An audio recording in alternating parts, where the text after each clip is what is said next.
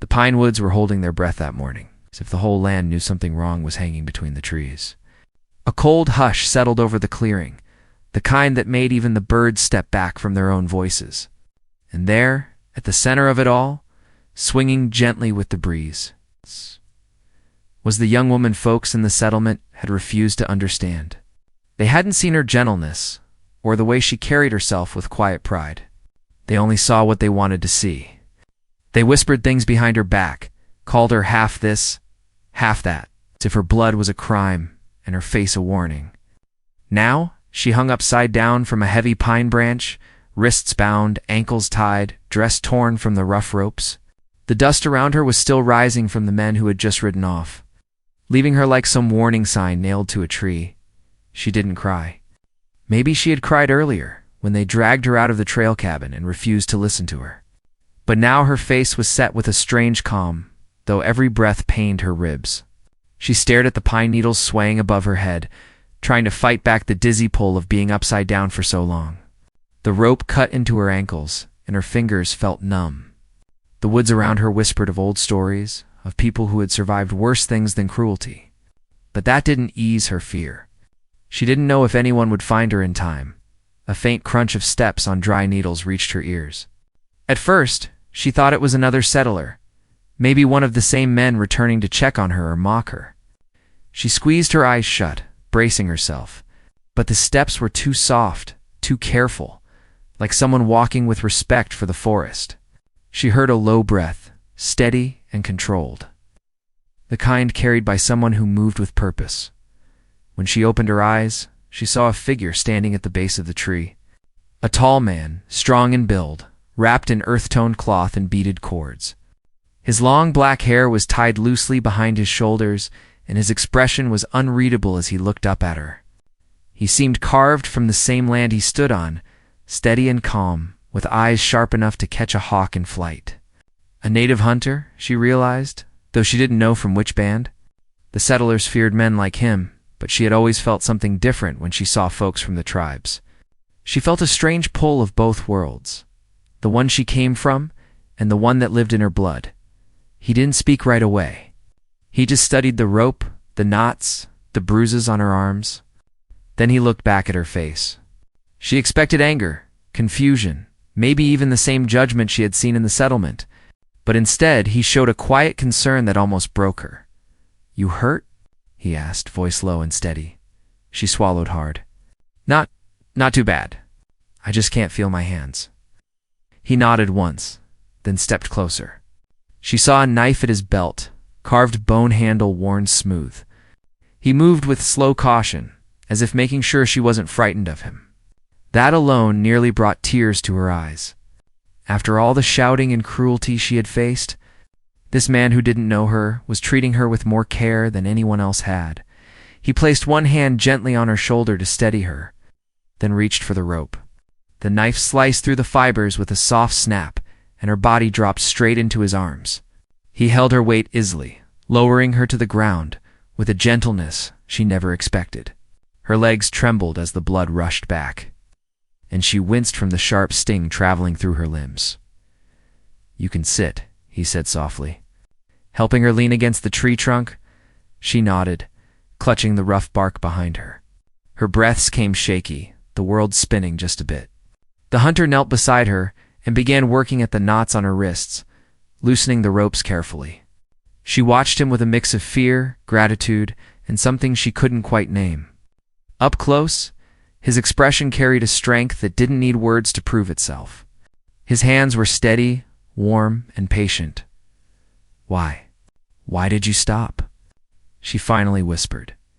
He glanced at the deep grooves in the bark where she had dangled. Saw smoke from far. Rode closer. Heard voices shouting. Did not trust the kind of men who leave a person hanging like this. A weak laugh escaped her, though it hurt her ribs. "They said I didn't belong. Said folks like me bring trouble."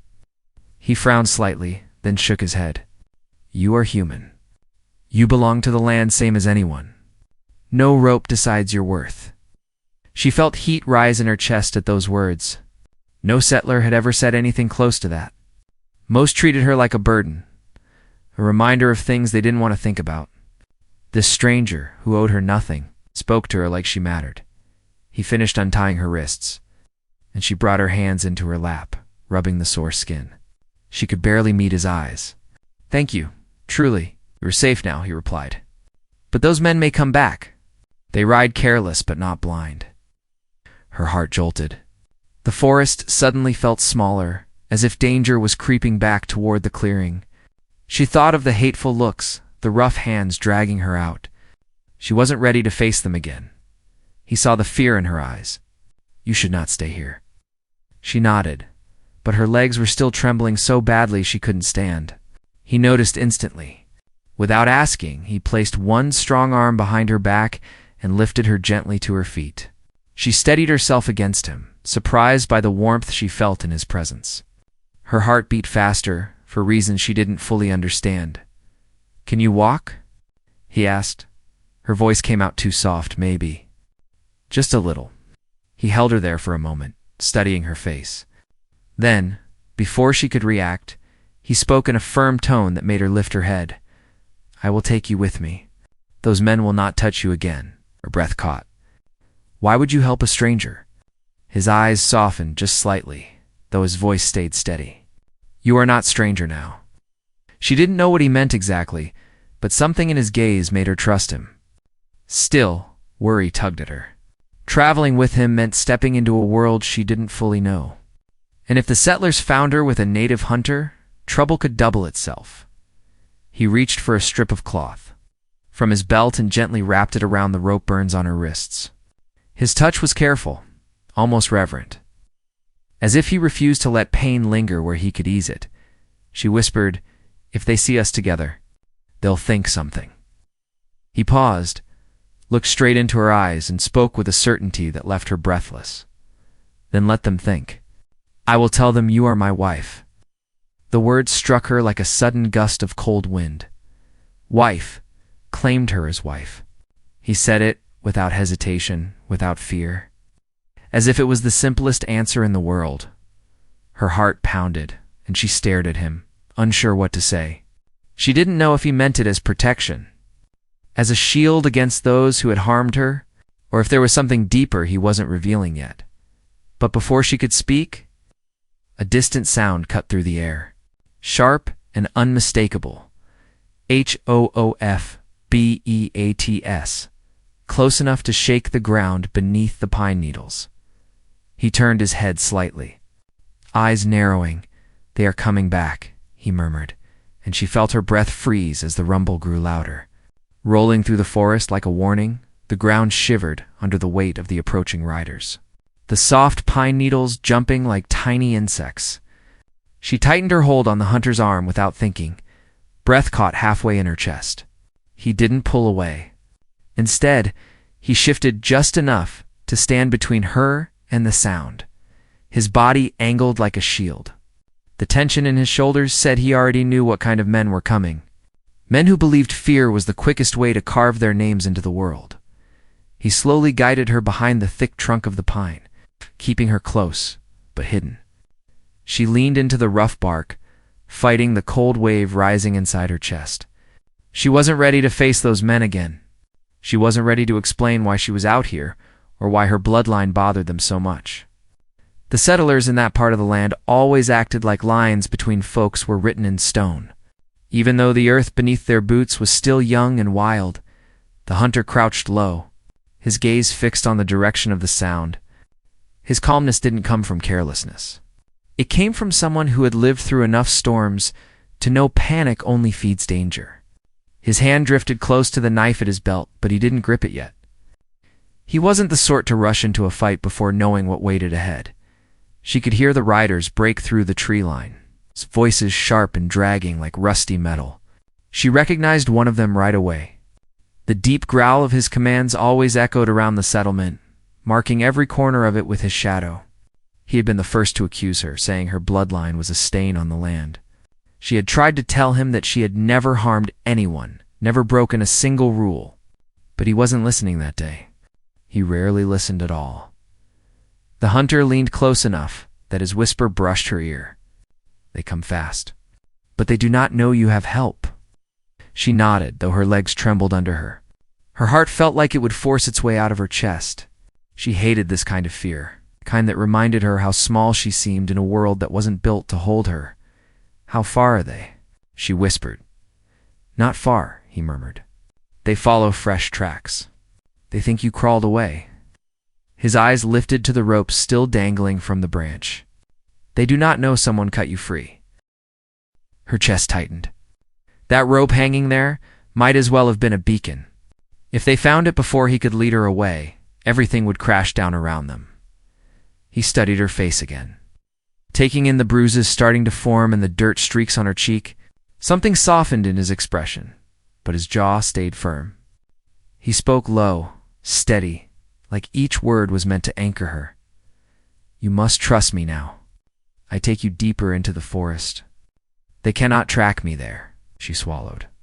"But where will you take me?" "Where you are safe," he answered simply. His certainty made her chest warm, even in fear.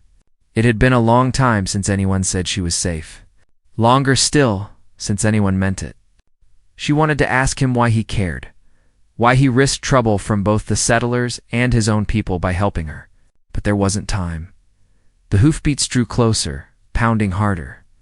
Echoing through her ribs, the hunter carefully slid an arm around her waist. "Stay low. Breathe slow. We move when they go past. They must not see you." She nodded again, though her breaths came fast and uneven. He crouched beside her, muscles coiled like a mountain cat ready to leap. Voices cut through the trees. "I told you she's here somewhere. Half-bloods don't get far." Her stomach knotted. She pressed her hand against her lips, choking back a gasp. Another voice answered, rough and impatient. "Then why is she not hanging where we left her?" The hunter's eyes flickered upward, understanding the danger.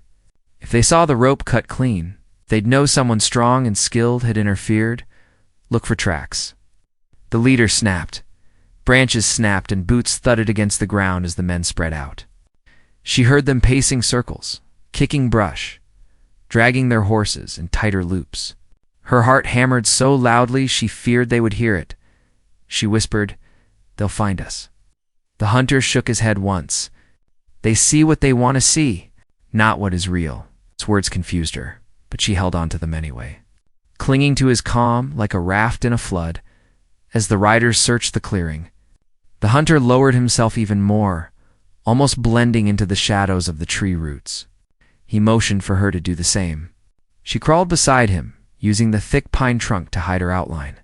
Her legs still stung from the rope burns, but she forced herself not to make a sound. One of the riders stomped closer, mumbling curses under his breath. His boots passed so near she could see the dust clinging to the seams. He grunted and stepped toward the rope. The hunter's hand brushed her arm, warning her not to move. She held her breath as the man tugged at the cut rope. "Clean slice," the rider growled. Someone freed her. The leader snarled. Who in blazes would do that? "Maybe she had help," the rider muttered.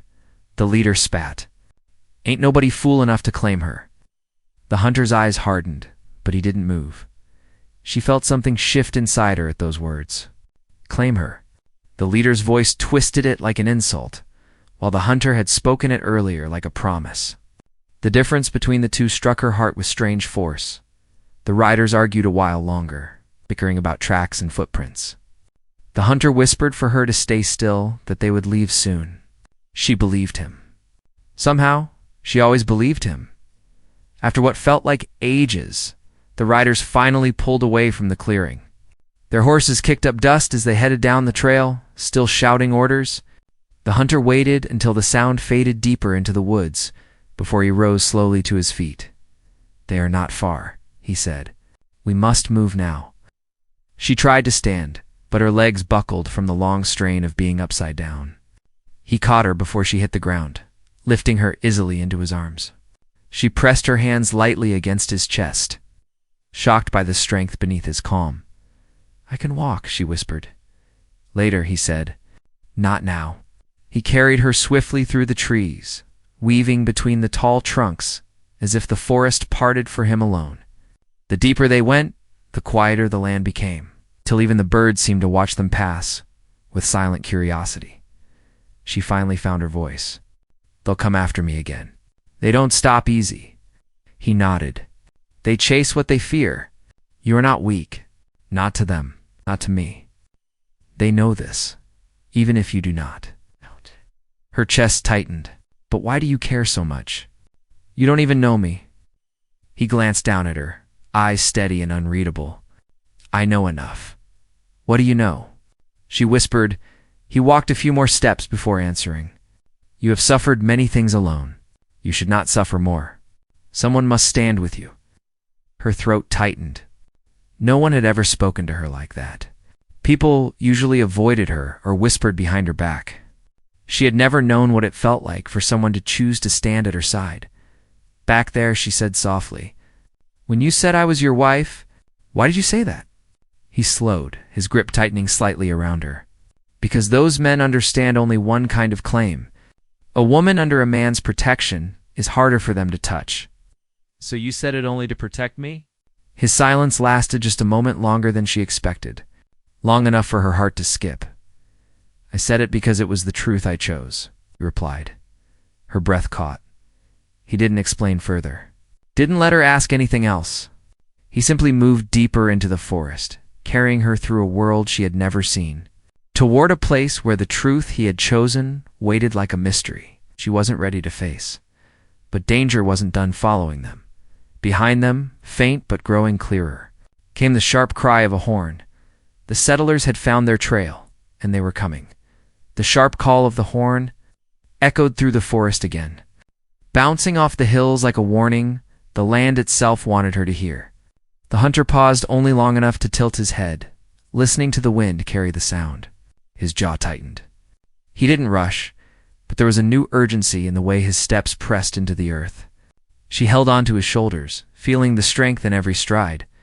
His heartbeat was steady, but she could sense the shift in him. The danger was no longer just behind them. It was hunting them. He finally slowed as they reached a thicker part of the woods where the pines grew so close their branches braided together. The light dimmed. Small patches of sun slipped through the needles like thin threads. The air smelled damp and cool, carrying the scent of moss and wild earth.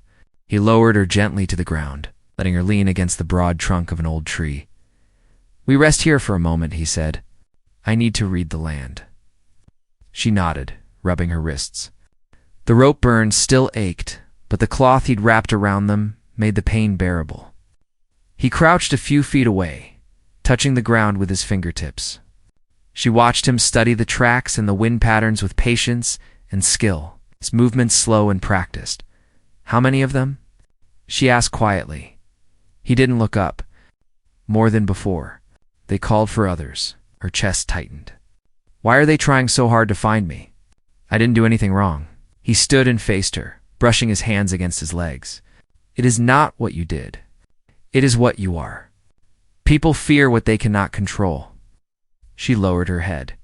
She had heard those words before, whispered by older women who pitied her, but would never dare stand beside her. She had spent her whole life walking a line between two worlds, never fully welcome in either. Her mother had been from the settlement, her father from a tribe across the plains. She remembered their love and how they held her with such tenderness, but after they passed, she became an easy target for bitter tongues. The hunter watched her silently for a moment. He seemed to understand her without needing a long explanation. Maybe that was what frightened her most. No one had ever seen her in this way. "You said they fear what they cannot control," she whispered. "Do your people think the same? Would they accept someone like me?" His expression shifted, a shadow passing behind his eyes. "Some will not understand. Some will be cautious. But they will see your strength if you show it." She thought about that, holding on to his words. Then she noticed he kept glancing west, toward the deeper part of the woods. "What is out there?" she asked. "A place where I can take you," he said. "But it is far, and the men chasing you know this land too." She lifted herself onto her feet with his help. The moment she stood, her legs shook from exhaustion. He steadied her with a hand on her back. His touch was warm, grounding her when her own strength faltered. Is there nowhere close to hide? She asked. There is one place, he said slowly, but it is not simple. He kept his eyes on the trees ahead, as if weighing a decision. She sensed the conflict in him. It wasn't fear, but caution, the weight of someone who knew more than he was saying. What place? She whispered. My people's ground, he replied. A small winter shelter not far from here. Empty this season. Safe for now. Her breath caught. Going there meant stepping into his world completely. She didn't know what rules governed that place or what dangers existed beyond the settlers. She only knew he was her only protection, and whatever lay beyond the trees was better than the men behind them. Will they follow us there? She asked.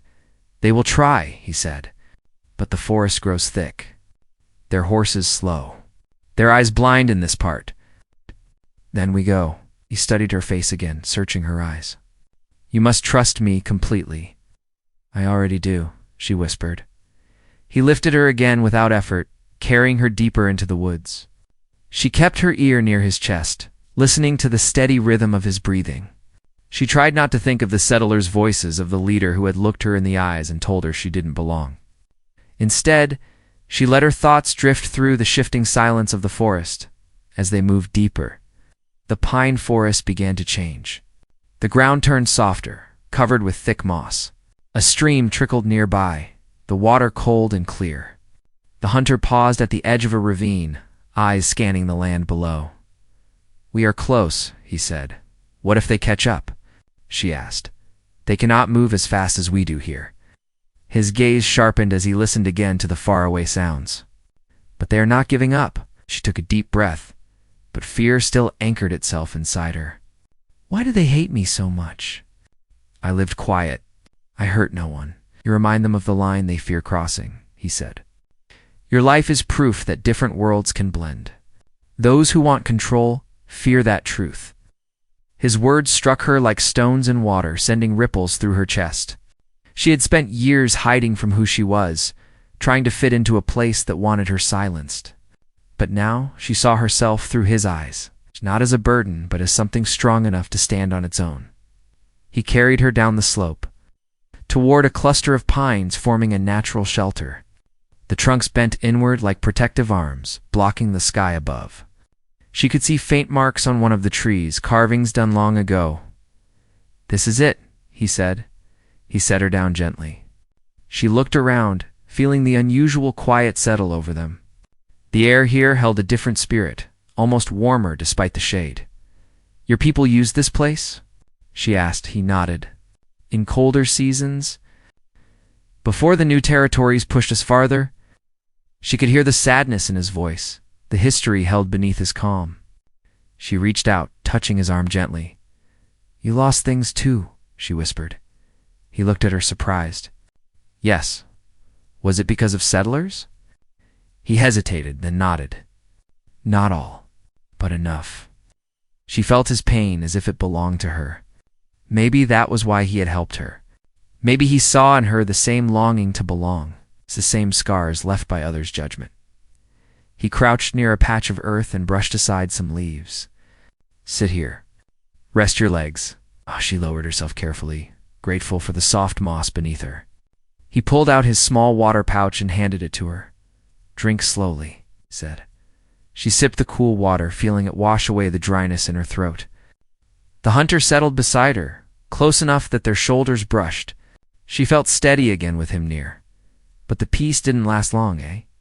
A faint crack of a broken branch echoed through the trees. The hunter stiffened immediately. His eyes narrowed, and he rose quietly to his feet. She grabbed his hand before he could step away. Is it them? She whispered. Maybe, he said. Or maybe someone else. Someone else, she echoed, confused. He glanced down at her. This land holds many things. Not just settlers. Chill ran down her spine. Your tribe? No, he said. They are far from here. But other bands travel sometimes. Some are peaceful, some are not. Fear tightened her throat again. Would they hurt us? Some do not welcome strangers. Especially now, with tensions rising between all sides. They see danger in every shadow. If they see me with you, Dot dot dot, she whispered. His jaw tightened. They will think you are under my protection. But that can mean many things. Good things or bad things? She asked softly. Both, he admitted. She swallowed. And if the settlers catch up at the same time? He didn't answer. He didn't need to. Two dangers coming from two directions. And she was right in the middle of it. He stepped closer to her and spoke in a low, deep whisper. Stay behind me. No matter what happens. Another crack sounded, closer this time, followed by the rustle of leaves. Her heart slammed against her ribs. Someone was out there, moving through the trees, watching them, and whoever it was, they were getting closer. The rustling grew sharper, heavier, like footsteps trying to stay quiet but failing against the thick carpet of pine needles. The hunter shifted in front of her, his stance firm and ready, his hand hovering near his knife. She pressed her back against the trunk behind her, breath held tight in her chest. The quiet of the woods no longer felt peaceful. It felt like a trap waiting to spring shut. He didn't move for a long moment, listening. She watched the way his eyes scanned the shadows, how every muscle in his arm stayed tense but controlled. The man who had carried her through the forest now stood as if he belonged to the land, as if the trees themselves trusted him to guard what they held. The sound came again, closer. A branch snapped. She flinched. He gave her a small motion with his hand, telling her not to move. Then he took one careful step forward, positioning himself fully between her and the oncoming presence. The air felt thick, holding its breath along with her. Finally, a figure pushed through the thick brush, stepping into the dim light under the pines. For a moment she thought it was one of the settlers, and her body tensed in fear. But as the stranger moved closer, she saw he wore clothes different from the men who tied her up. His hair was braided with beads, and he carried a bow across his back. His face was stern, lined with age and weather, and his eyes sharp like a hawk's. The hunter didn't relax. If anything, he grew more guarded. The older man stared at him first, then let his gaze fall to her. She felt that look like a weight on her skin, measuring, questioning, trying to place what she was doing here. Her heart pounded so loudly she worried they both could hear it. The hunter spoke first, voice calm but strong. You walk quiet for someone with urgent steps. The older man didn't answer right away. He stepped closer, eyes flicking between them. I walk where I choose, he said bluntly, and I see things I did not expect. The hunter's jaw tightened. This ground is not claimed this season. You know this. That is not the question, the older man replied. His eyes returned to her, studying her face with a stern curiosity that made her spine tighten. The question is why you bring her here. The hunter didn't step back. Because she is under my protection. The older man raised an eyebrow. Your protection? Or something more? Her cheeks burned, though she didn't know why. The hunter didn't flinch at the question. His voice stayed steady. I found her hurt. I will not leave her for wolves to eat. The stranger gave a short breath through his nose. Settlers. Yes, the hunter said. And they chase her still? Yes. The older man crossed his arms. Then you bring danger to this shelter. She brings none, the hunter answered firmly. The danger follows her only because others judge what they do not understand. The stranger studied him for a long moment. Then he sighed, shaking his head.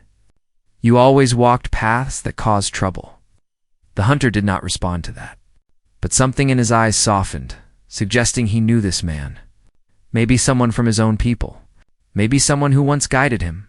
Then the older man's gaze returned to her.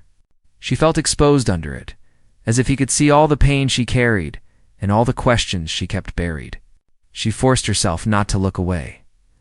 What is your name? He asked. Her throat tightened. I don't know if I should say. You can speak, the hunter said softly, glancing back at her. He listens with truth. She swallowed, still unsure. But the older man didn't seem cruel, just cautious. So she whispered her name, voice barely carrying on the wind. It sounded small, fragile, compared to the weight of the forest around them. The older man nodded slowly. A quiet name. For someone with loud trouble. Her chest tightened. She didn't mean to bring trouble. Trouble just followed her like a shadow she could never outrun. He looked at the hunter again. The settlers will come. They will follow the tracks. This place will not hide you long. You must move. The hunter nodded once. I know. The stranger stepped closer, lowering his voice. There is a hidden trail beyond the ridge. It leads to the old riverbed. No horse can cross it icily. If you move now, you may lose them. The hunter's shoulders eased faintly. Thank you. But listen, the older man said more sharply. Others are near these woods too. A group from the northern band. They are restless, and they do not welcome strangers. If they find you with her— His words trailed off, but the warning was clear. The hunter stiffened, then looked back at her. She felt her stomach twist. Settlers behind them. A rival band ahead, and they were somewhere in the middle. Caught between dangers she'd never imagined she'd face. The older man stepped back into the shadows. Go now. Before the sun drops lower, the hunter nodded, and the stranger disappeared into the woods as silently as he had appeared. He turned to her and offered his hand. We leave now. She slid her fingers into his. Where do we go? A place safer than this? If we reach the ridge before them, we have a chance. She stood with his help. Her legs ached, but she didn't complain. Not now. The weight of fear pressed on her, sure and heavy. But the hunter's hands steadied her. They moved quickly through the trees, keeping low. The forest thickened, branches grabbing at her clothes, catching her hair. The hunter noticed and gently freed her from each snag, careful not to hurt her. As they walked, she whispered, That man. He didn't seem surprised to see me. He sees many things, the hunter replied. He knows the world is changing, she swallowed. Changing how? The hunter didn't answer right away. He guided her over a fallen log, helping her balance. More settlers come each season. More fences. More fights over land. Many tribes stay quiet. Others prepare for conflict. This place we stand on. It holds tension from many sides. She understood then. She wasn't the only one caught between worlds. The whole land felt split, pulling at itself with hands from every direction. The horn sounded again. Closer than before, her breath stuttered. She looked behind her, but only saw trees. They're gaining. She whispered. The hunter picked up speed, pulling her along. We reach the ridge. Then they lose us. The forest began to climb upward. The slope grew steep, forcing her to use her hands to steady herself. Her legs trembled, still weak from the time she spent hanging upside down. She slipped once, but the hunter caught her instantly, pulling her close. I'm slowing you down, she said through shaky breaths. He met her eyes. I would carry you again if needed. The warmth in his voice nearly broke her. She nodded and pressed on. As they climbed higher, the trees thinned, just enough for glimpses of the land below. She could see a small cloud of dust rising near the trail they had come from horses. Men. Anger riding on their heels. We don't have long, she said, voice tight. No, he agreed. The ridge grew closer. The air felt sharper, the wind stronger. Pine needles swirled around them, but before they reached the top, another sound cut through the forest. Not settlers, not horses. A whistle. Sharp and high, the hunter froze. Her pulse jumped. What is that? Signal, he whispered. From the northern band. She felt her knees weaken. Are they close? He nodded once. Very. The woods suddenly felt smaller, boxed in from both ends. She clutched his arm, fear trembling through her body. What do we do? She asked. He looked from the ridge to the deeper woods, calculating, deciding, searching for a path that might save them both.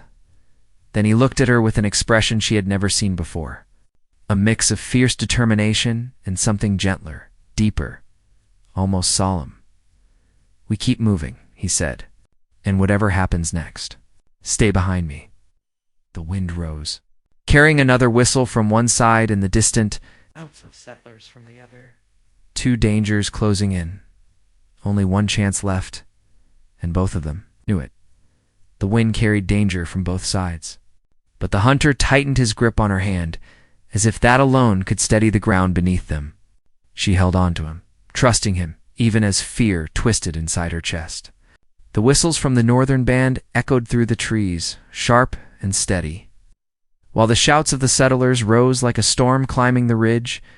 For a moment, she felt caught between two worlds once again, the same way she had been her whole life, torn between the blood she carried and the place she tried. So hard to belong. But this time she wasn't standing alone. The hunter lowered his voice. "Listen, no matter who reaches us first, stay behind me. Do not run. Do not speak unless I tell you," she nodded, though her heart hammered. She watched him step a little ahead, shoulders squared, his stance calm, despite the danger pressing in from every direction. He looked like a man born for moments like this, someone who carried both strength and patience in his bones. The first figures to appear were not the settlers. They were shadows moving between the trees, slipping closer with deliberate steps. The northern band. 3 men stepped into view, painted with earth colors, bows in hand. Their eyes moved from the hunter to her, settling on the way she stood close behind him. Their expressions hardened. One of them spoke in a deep, rough voice. "You walk with a woman not of our people." The hunter didn't flinch. "She is under my protection." "That brings conflict," the man replied, glaring at her as if she had brought the storm herself. Before the hunter could answer, the trees behind them erupted with the sound of snapping branches and pounding hooves. The settlers burst into view far down the slope, rifles raised, their faces twisted with anger. They hadn't reached the ridge yet. They were close enough that she could see the fury in their eyes. The northern warriors turned sharply, recognizing the threat. The leader spat on the ground. "You led them here." The hunter stepped forward, voice firm. "They chased her. She did nothing." The leader clenched his jaw. "Her blood brings trouble." Her chest tightened. She had lived with those words her whole life. But hearing them here, between 2 groups who both mistrusted what she was, nearly broke her. The hunter didn't allow the insult to settle.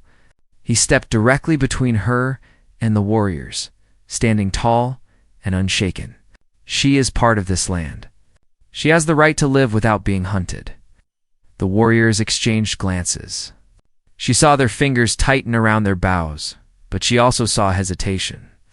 They were wary, not cruel.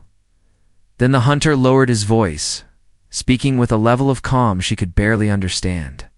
"If you turn her away now, the settlers will take her. They will bring their anger deeper into these woods. Conflict will grow. Blood will spill. If you let me pass with her, peace will hold." The leader stared at him, searching his face. The silence felt long enough to pull the breath from her lungs. Finally, the warrior exhaled slowly and stepped back. "You walk a difficult path," he said, "but you speak truth. Go." Relief washed over her, so strong her knees almost buckled. The hunter took her hand again and guided her past the band. They watched in stern silence, but didn't stop them. Just as they began to reach the ridge path, the settlers shouted again, their voices sharp and furious. "There!" One of them yelled. "He's got her." She felt the hunter's hand tighten.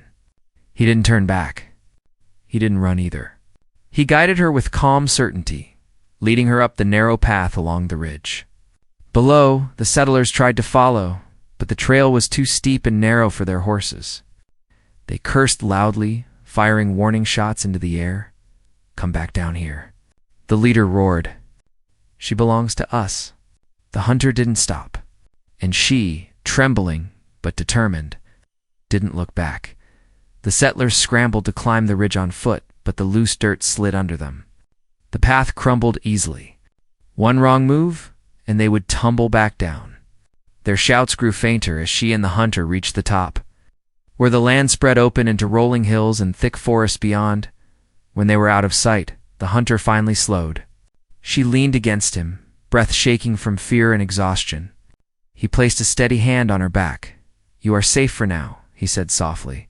She nodded, letting the truth sink in. For the first time in days, she felt her lungs fill fully. The settlers could not reach them up here, and the northern band had chosen not to fight.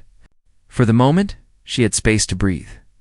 They walked deeper into the hills, the air cooling and the light softening as the sun lowered. They stopped beside a quiet stream where the water ran clear over smooth stones. She sat, dipping her bruised wrists in the cold water. The sting eased, replaced by a slow warmth spreading through her chest. The hunter knelt beside her. "Your strength carried you," he said gently. "Do not forget that." She looked at him, her voice low. "I wouldn't have made it without you."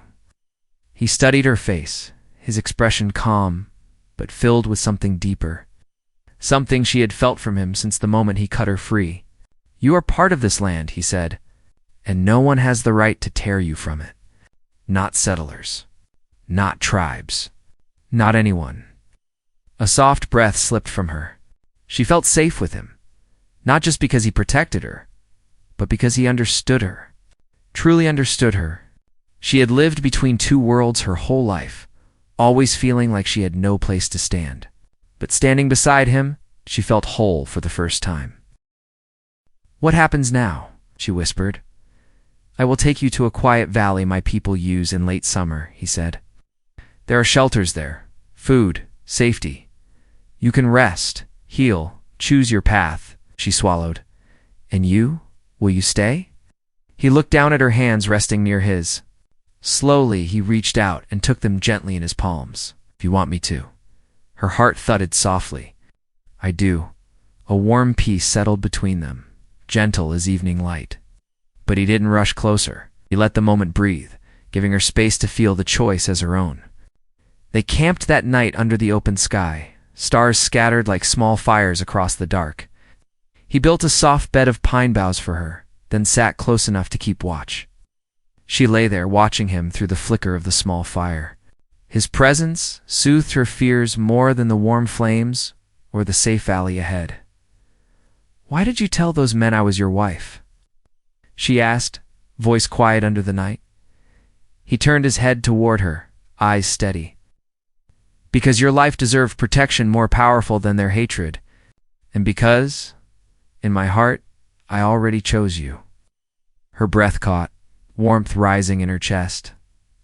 "You didn't even know me then." "I knew enough," he said. "Sometimes the land chooses for us before we understand it." She felt her eyes sting, but this time they were not tears of fear. She reached out a hand, brushing his fingers, then let the land keep choosing. "I'm tired of running. I want a place to belong." He leaned slightly closer, his voice soft but strong. "Then stay. Walk with me.